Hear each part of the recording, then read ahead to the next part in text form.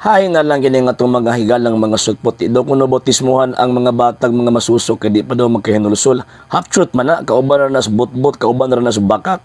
Nga naman kay ang tangtangon sa bautismo ang sala.